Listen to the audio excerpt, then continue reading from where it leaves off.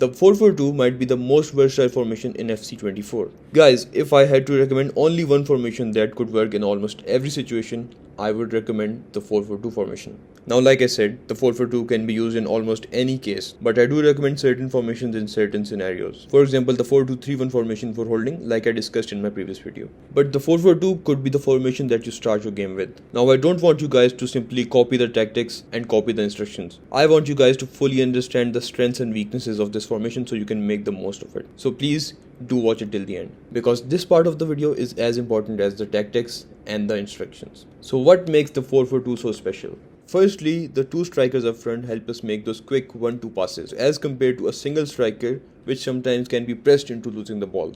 But two strikers simply makes things more complicated for your opponent, as they have to watch out for two different players. Having 4 players in the midfield is also a strength of this formation, since we have several passing triangles available to us, so we can create those attacking opportunities. The LM and RM are very crucial in this formation. They provide us width in the attack, which is important for a couple of reasons. Firstly, if there is an overload on one side of the pitch, you can always switch the ball from one end of the pitch to another to exploit the space that is left behind.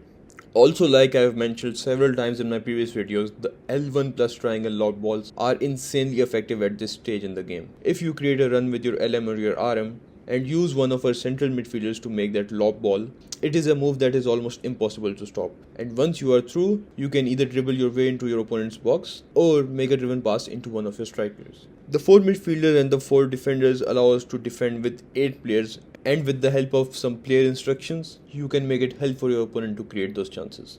If you're trying to keep a lead, you may be better off with 2 CTMs like I discussed in the 4-2-3-1 video. Now moving on to the tactics. But like I said earlier, only copy pasting the tactics and the instructions will not make you a better player. You have to understand the strengths and weaknesses of this formation, so please do not skip on that part. Our defensive style will be as always balanced. I do not recommend any of the other styles because yes, while they do have their upside, balanced is the most safest because it has a little bit of everything. Our defensive width is going to be 40. Like you guys have seen, the 4-4-2 is quite a wider formation as compared to a 4-2-2 or a 4-2-3-1. So to compensate for that, we will keep it at 40 to keep it narrow in the middle. With 4 midfielders and 4 defenders and the strikers dropping back to defend, you guys will not have a problem with your defense with this formation, trust me. Our defensive depth is going to be 62. You may ask in the comments why not 71 depth or 100 depth. Well, while both 71 and 100 depth are highly effective, they also do have a downside that not many people are talking about. That is, if you don't win the ball back while pressing your opponent, it will leave gaps in your defense and any good player will definitely take advantage and get you on the counter.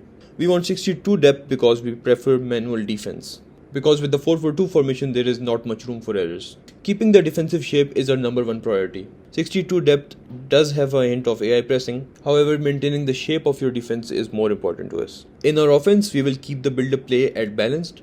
Some players do suggest long ball, but that I do not recommend, because that makes your attacks very predictable. And once your opponent knows what your next move is going to be, he will catch you almost every time. So we will keep it at balance to keep our options open. Now our chance creation is going to be direct passing. Our offensive width is going to be 35. We will use an overlapping fullback to drive the ball down the line and perform fast recycles into the midfield, where we will have many passes close by. Ideally, in our midfield we want a player with tiki-taka plus play style to reduce the chances of error with those first time passes. When it comes to the 4-4-2, recycling is key. We need to pass from our wingers to the CM and make those first time direct passes to our striker, which is honestly a very fun and effective way to play this game. Players in box, we will keep it at 5, corners will be 1 and free kicks will also be at 1. Now the instructions. Starting from a left back who will be everything at default, but his run type will be overlap. On the other side, a right back who is going to be everything at default, but his attacking runs are going to be stay back while attacking. Now a left midfielder will be everything at default, but support on crosses will be get into the box for cross, and it will be the same for a right midfielder as well. Both the center midfielders are going to be stay back and cover center.